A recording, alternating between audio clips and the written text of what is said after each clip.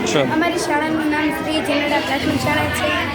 મારું નામ સોલંકી હિરેલ અરવિંદભાઈ છે. મારું નામ રાઘવાણી કૃષ્ણ નરેશભાઈ છે.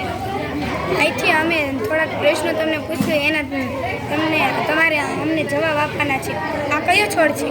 તુલસી, જેને આપણે માતા કહીએ છીએ. તુલસીમાં પણ આ તુલસીનો છોડ ન હોત તો તમને ખબર છે કે આ તુલસીના છોડમાંથી જ કફ સિરપની દવા બનાવવામાં આવે છે. આ કઈ વનસ્પતિ છે? શીખનોના વનસ્પતિ નામ સાંભળ્યું છે ક્યારે? આ વનસ્પતિમાં ક્વિનાઇન અને આલ્કોહોઇડ નામનું તત્વ હોય છે, જે મેલેરિયાની દવા બનાવવા માટે વપરાય છે. જંગલો જરૂરી છે?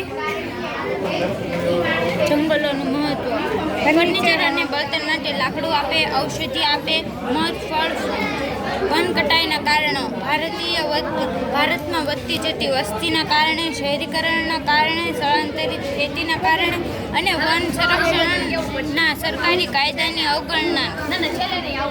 હાલમાં વન કટાઈ થઈ રહી છે, તો શું કરવું જોઈએ?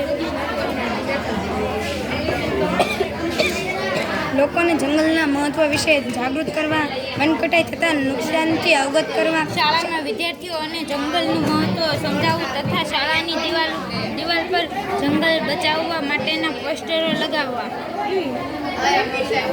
પર્યાવરણને બચાવવા માટેના કાર્યક્રમો.